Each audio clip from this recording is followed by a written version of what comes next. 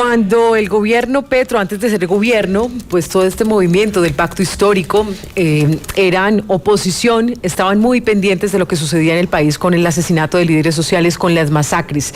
Y por eso ahora también es importante que son gobierno, escuchar lo que tienen por decir el presidente Gustavo Petro, saber qué es lo que está sucediendo, porque no han logrado disminuir esa cifra, parar esa cifra, y sigue contando, y es muy, muy preocupante ese número de personas asesinadas. Paola, a propósito de la coyuntura de este fin de semana de lo que sucedió en el departamento de Antioquia. No, muy triste, Andrea, una nueva masacre. Esto fue en el municipio de Santa Fe de Antioquia, en donde los problemas de inseguridad, pues cada día están peor, los problemas de orden público, y pues desafortunadamente, Andrea, estamos hablando aquí de 6 personas que resultaron muertas debido a esta masacre allí en esa región del país. En Antioquia 2 masacres se presentaron en este fin de semana. Sí, asesinatos, y en este momento ya se cuentan 90 masacres en el 2023. Eso fue lo que dijo el presidente Gustavo Petro desde Dubái.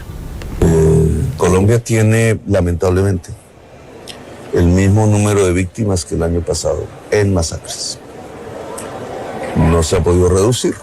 El número de víctimas del año pasado es inferior a lo que sucedía en Colombia a principios del siglo XXI, anterior al acuerdo de paz con la FARC. El acuerdo de paz con la FARC en el gobierno de Santos bajó al mínimo las masacres, el número de muertos, y subió lamentablemente con la desactivación de ese acuerdo en el anterior gobierno, y en este momento nos mantenemos en el mismo estado en que lo dejó el gobierno de Duque. Nuestro objetivo es bajarlo de nuevo, y por eso hablamos de nuevo de paz. El hacer trizas la paz trae estas consecuencias: el aumento de las víctimas en Colombia, sea a través de masacres, sea a través de muertes individuales, sea a través de secuestros, etcétera.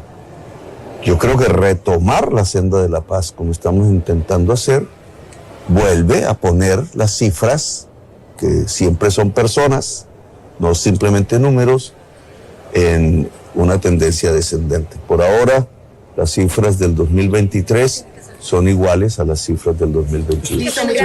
Bien, Mauricio, ¿cuál es su invitado para hablar sobre este tema? Es el director encargado del Instituto de Estudios para el Desarrollo y de Paz, Indepaz. Nos acompaña pues a esta hora Leonardo González. Sin embargo, Andrea, hay que decir que ayer se reportaron 3 masacres. Una de estas ocurrió en el Valle del Cauca, en el municipio de Palmira. Allí se conoció en la vereda Calucé, en el corregimiento de Potrerilito, la jurisdicción del municipio, como lo decía, de Palmira. Las víctimas fueron 3 jóvenes a los que pues por el momento se conoce la identidad de estas personas.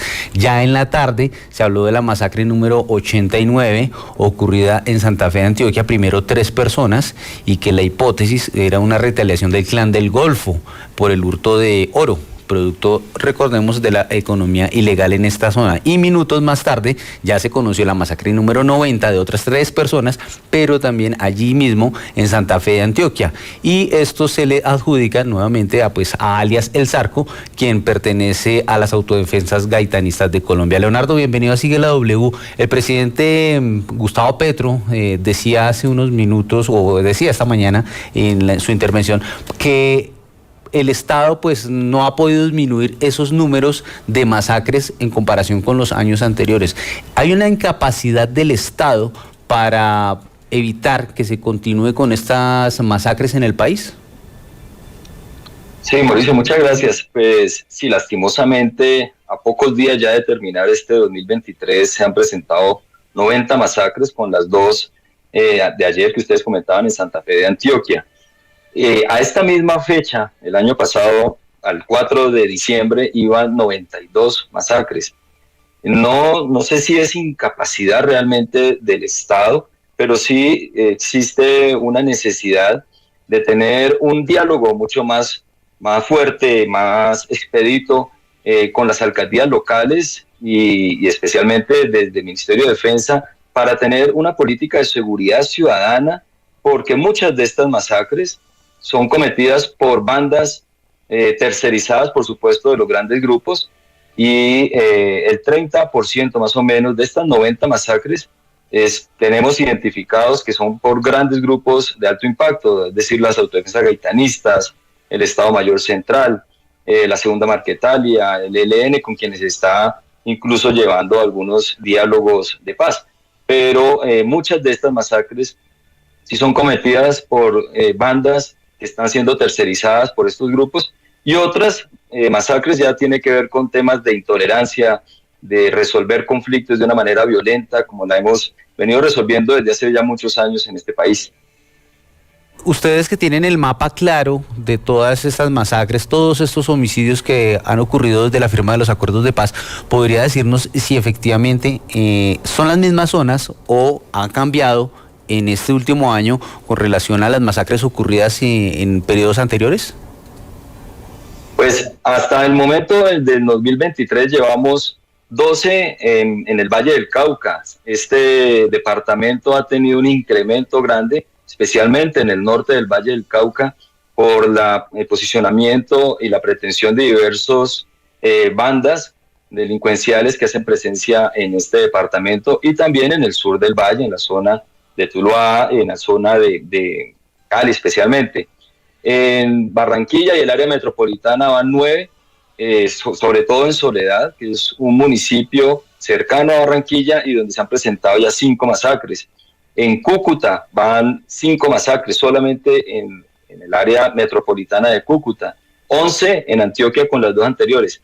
Comparando con el año pasado, ha disminuido el tema de masacres, especialmente en el área de Catatumbo. También se ha tenido una disminución en Arauca, se ha tenido una disminución en zonas como Putumayo, pero se mantiene especialmente este tipo de violencia en el suroccidente, en el Cauca, en el Valle y también en Antioquia. Usted menciona ahí Arauca, menciona el Catatumbo, pues sabemos que históricamente son zonas que estaban, donde hacía presencia el ELN, ha servido, entre otras, los diálogos que en este momento se están adelantando con el grupo guerrillero, y que hay, entre otras, también ese cese al fuego.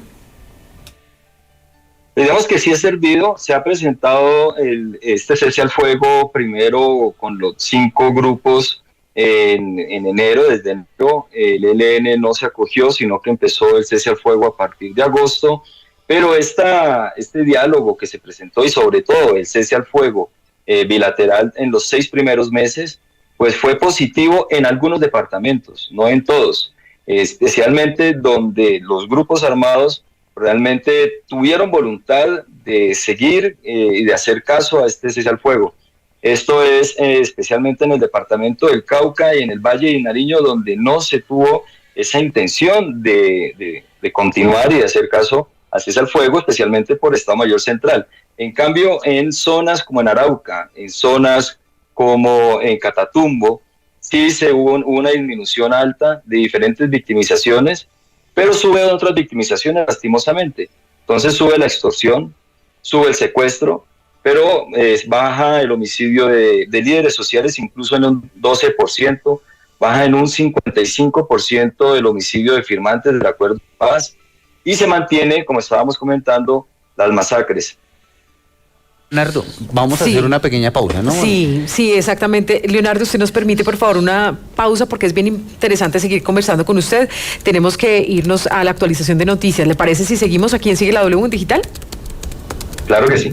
Perfecto. Hacemos una pequeña pausa porque además también tenemos que hablar de unas buenas noticias en medio de esta situación tan lamentable. Indepaz en este momento. Bien, director encargado, quiero hacerle una pregunta que nos hace Adriana Suárez desde nuestro YouTube Live. Y dice: Andrea, por favor, Indepaz, ¿puede confirmar o negar la afirmación de Petro de que enero a noviembre de 2023 se cometieron el mismo número de masacres que de enero a noviembre de 2022?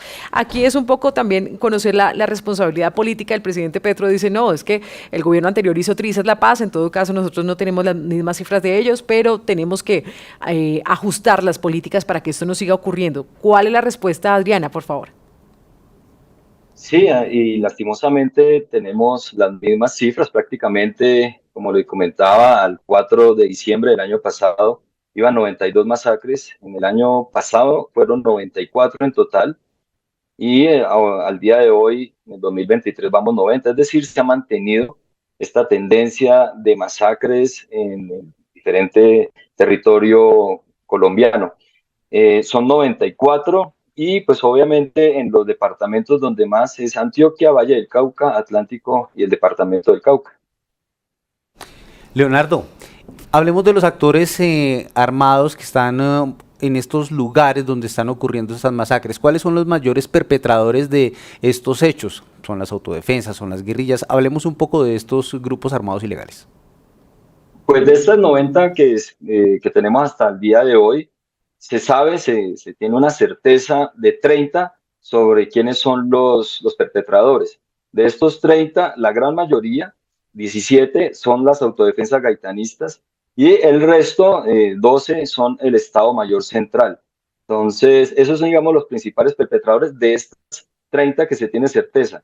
De las otras, son bandas tercerizadas especialmente, tercerizadas por estos grandes grupos que tienen presencia en diferentes partes del país y son bandas pequeñas, pero también tienen una independencia, o sea, dependen, tienen un trabajo conjunto con estos grupos armados, los contratan para hacer algunos trabajos, especialmente sicariatos, para tener también un trabajo de microtráfico, rinden algunas cuentas, pero también tienen autonomía y entonces hay bandas como las que se trabajan especialmente en el norte del Cauca, por ejemplo en Jamundí, en Puerto Tejada, en Guachiné, donde han sucedido algunas masacres que son especialmente por tráfico de sustancias psicoactivas y este microtráfico, esta venta y esta regulación que están teniendo estas bandas, pues hace parte de la dinámica del conflicto que hoy se presenta en el norte del Cauca como uno de los casos.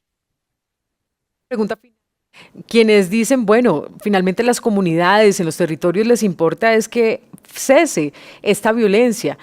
¿Qué decir frente a los gobiernos que un poco dicen, no, pero es que el anterior gobierno hizo trizas la paz y el anterior gobierno dice, no, pero es que ustedes antes eran oposición y ahora que son gobierno entonces no están haciendo nada? El mensaje suyo como director encargado de Indepaz para que esto no se quede solamente en cuestionamientos políticos, sino que finalmente haya una acción por parte del Estado.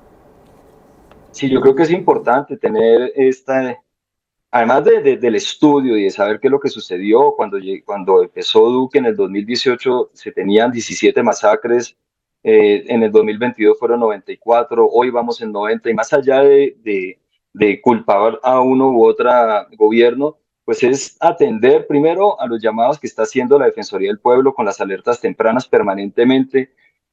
Segundo, es implementar realmente el acuerdo de paz, pero la implementación del acuerdo de paz no por partes, no solamente el tema de justicia, especialmente el tema de tierras, especialmente el tema del punto 4 de cultivos de uso ilícito, pues es el motor de esta economía y entre otras cosas, pues es el motor de esta guerra que se está presentando y por lo cual, por ejemplo, en zonas como Putumayo, pues hoy tuvimos, o el día de ayer, tuvimos una de las noticias por el asesinato de un líder indígena, por enfrentamientos, entre otras, entre estos grupos armados para tener un control territorial, un control social, control de las rentas ilegales que se generan en el narcotráfico. Entonces, poder implementar todos los puntos del acuerdo de paz, pues garantizarían, entre otras cosas, una seguridad realmente. Entonces, tener mecanismos de prevención, que los tiene desde la Defensoría del Pueblo, pero además tener mecanismos de protección a las comunidades, de autoprotección, fortalecimiento de estos mecanismos de autoprotección.